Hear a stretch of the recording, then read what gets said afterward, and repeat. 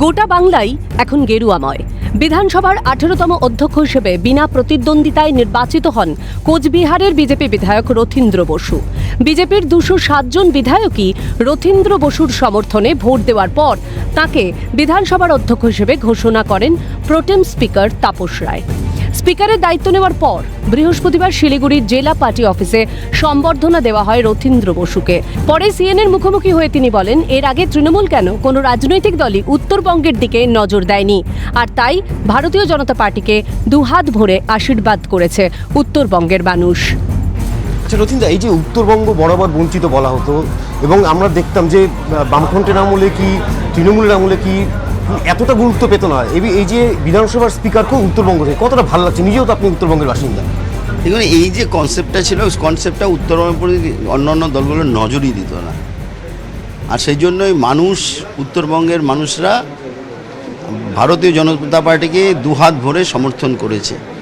কারণ ভারতীয় জনতা পার্টির যে প্রধানমন্ত্রী মাননীয় নরেন্দ্র দামোদর দাস মোদী, উনি কিন্তু উত্তরবঙ্গের মানুষদের প্রতি তার যথেষ্ট ভালোবাসা আছে এবং এখানকার মানুষরাও তাকে ভালোবাসেন, এটা প্রমাণ।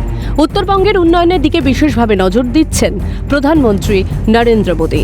বেশ কিছু প্রকল্প চালু করার কথা রয়েছে বলে জানান বিধানসভার অধ্যক্ষ তথা বিজেপি বিধায়ক রথীন্দ্র বসু।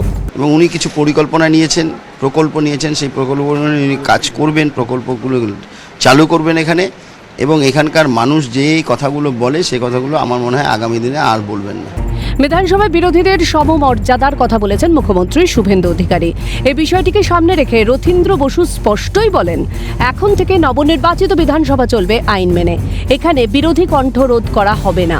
পাশাপাশি তৃণমূল সরকারকে নিশানা করে তিনি বলেন, সাধারণ ভোটারই দেখুক কে ঠিক আর কে বেঠিক।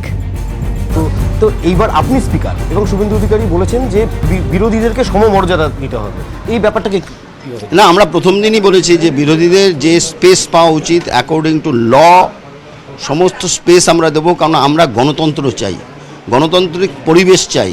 আমরা মানুষের কণ্ঠ রোধ করার জন্য রাজনীতি করি না এবং আগামী দিনে করবও না।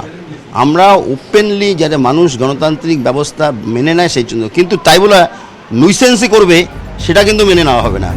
আমরা কথা বলছিলাম বিধানসভার স্পিকার রথীন্দ্র বসুর সঙ্গে এবং তিনি যেটা বলছেন গণতান্ত্রিক পথেই কিন্তু চলবে নবনির্বাচিত মন্ত্রিসভার যে বিধানসভা রয়েছে, সেই বিধানসভা কিন্তু রীতি মেনেই চলবে। ক্যামেরা সৌমেন্দ্র মজুমদারের সঙ্গে স্নেহাশিস সরকার রিপোর্ট, ক্যালকাটা নিউজ, শিলিগুড়ি।